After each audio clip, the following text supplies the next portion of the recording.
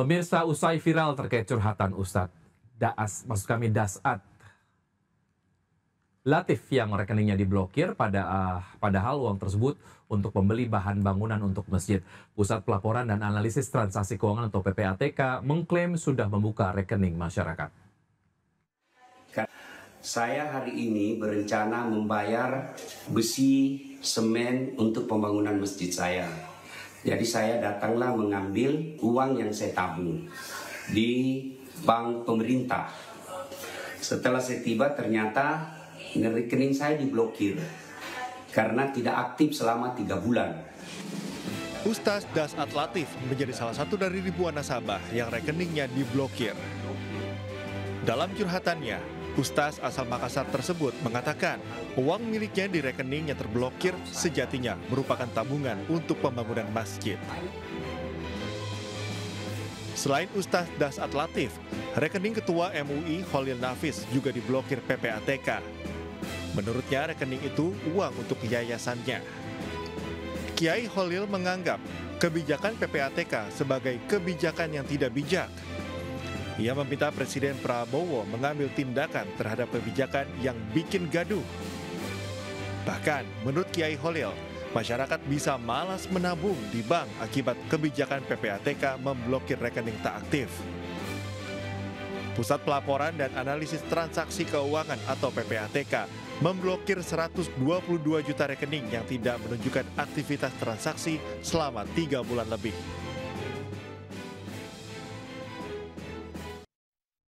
Pemirsa, tahun ajaran baru menjadi fase terberat bagi masyarakat kelas menengah di Indonesia. Jangankan menabung, warga kelas menengah justru makan tabungan demi bisa bayar sekolah.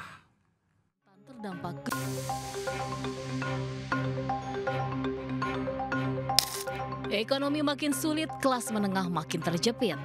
Kelas pendorong pertumbuhan ekonomi ini kini menjadi kelompok rentan terdampak gejolak ekonomi. Laporan terbaru Lembaga Penjamin Simpanan LPS mengungkapkan, indeks menabung konsumen IMK pada Juli 2025 kembali melemah. IMK berada di level 82,2 atau turun 1,6 poin dibandingkan bulan sebelumnya. Artinya kelas menengah makin sulit menyisihkan pendapatan untuk menabung dan justru makan tabungan demi memenuhi kebutuhan. Riset LPS mencatat pelemahan IMK dipicu lonjakan pengeluaran rumah tangga, khususnya untuk kebutuhan pendidikan di awal tahun ajaran baru. Selain kemampuan menabung turun, catatan buruk juga terekam dalam indeks kepercayaan konsumen yang turun 2,5 poin menjadi 96,9. Penurunan ini mencerminkan masyarakat kurang optimis terhadap kondisi ekonomi dan lapangan kerja saat ini. Tahun kesini habis lebaran agak sepi, emang agak mundur. Terus pegawai-pegawainya juga yang toko-toko juga katanya yang suka beli nasi uduk sama ibu katanya lagi pada diliburkan gitu. Jadi pokoknya kesulitan kita banyak sekali tahun-tahun ini ya. Dari ekonomi untuk mencari pekerjaan, terus lapangan kerja juga sulit, untuk mencari nafkah untuk anak-anak pun sulit. Sejumlah pihak mengingatkan pemerintah agar tidak hanya berfokus pada program jaring pengaman bagi kelas bawah, tapi juga harus melihat kondisi kelas menengah yang kini penuh tekanan. Tim Liputan iNews melaporkan. Pemirsa, Wakil Presiden Gibran Rakabuming Raka tidak menyalami Menko Bidang Infrastruktur dan Pembangunan Kewilayahan Agus Harimurti Yudhoyono saat upacara gelar pasukan dan kehormatan militer di Batu Jajar, Kabupaten Bandung Barat. Ada kejadian tak biasa. Wapres Gibran yang baru tiba di lokasi upacara terlihat tidak mendatangi dan menyalami AHY yang berdiri bersama jajaran menteri lainnya seperti Pratikno, Muhaimin Iskandar, dan Zulkifli Hasan. AHY pun tampak hanya menatap Gibran yang melewatinya. Gibran justru menghampiri dan menyalami Jaksa Agung Saditiar Burhanuddin, Kasau Marsikal TNI Muhammad Tony Harjono, dan Kasat Jenderal Maruli Simanjuntak yang berada di jajaran tengah kursi VIP. Ini berbeda dengan perlakuan dari Presiden Prabowo Subianto saat tiba di lokasi upacara. Prabowo terlihat menyalami satu persatu tamu di barisan depan, mulai dari jajaran menteri termasuk AHY, para kepala staf TNI, serta para pejabat lainnya. Kejadian ini memicu tanda tanya apa dan mengapa Gibran tidak menyalami AHY di acara tersebut, hingga memunculkan isu keretakan antar keduanya.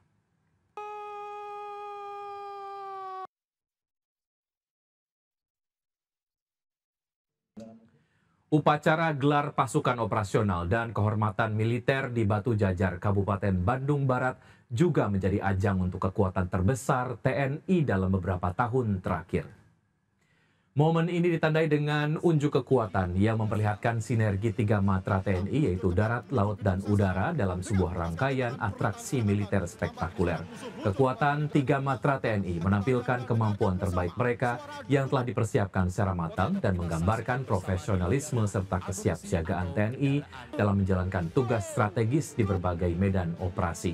Atraksi gabungan kemampuan tempur TNI dan darat, maksud kami TNI, darat, laut, dan udara yang dipertunjukkan antara lain adalah flypast pesawat tempur, serbuan regu komando, terjun operasi khusus, tembak berhadapan, serbuan gedung, terjun satwa hingga operasi darat gabungan.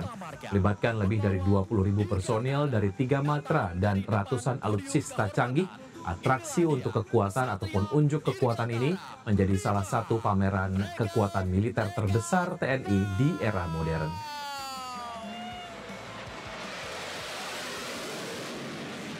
Saya titip saudara-saudara sekalian, jaga pasukanmu sebaik-baiknya, bina anak buahmu sebaik-baiknya.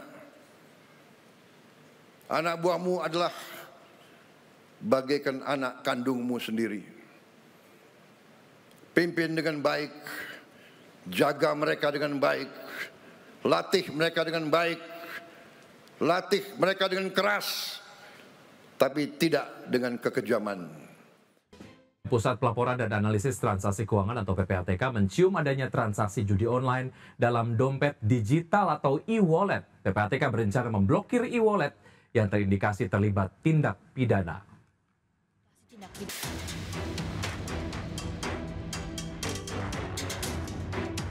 Pusat Pelaporan dan Analisis Transaksi Keuangan atau PPATK akan memblokir dompet digital atau e-wallet terindikasi tindak pidana. Kepala PPATK Ivan Yustian Vandana menegaskan PPATK dapat memblokir e-wallet atau dompet digital dalam situasi tertentu. Namun sifatnya berupa penindakan atas suatu kasus. Ivan menyebut jika ada dana ilegal masuk ke e-wallet dan terindikasi tindak pidana judi online, maka pihaknya akan mengupayakan untuk melindungi pihak yang dirugikan. Pada semester 1 tahun 2025, PPATK mencatat deposito judi online melalui e-wallet mencapai 1,6 triliun rupiah. Jumlah itu terjadi dalam 12,6 juta kali transaksi. Sementara itu, sebelumnya PPATK memblokir 122 juta rekening dorman atau rekening yang tidak menunjukkan aktivitas transaksi selama 3 bulan lebih dari 105 bank. Kini seluruh rekening itu telah dibuka kembali. Menurut PPATK, akibat pemblokiran rekening, transaksi judi menurun hingga minus 70%, yakni dari 5 triliun rupiah menjadi 1 triliun rupiah. Tim Liputan iNews melaporkan.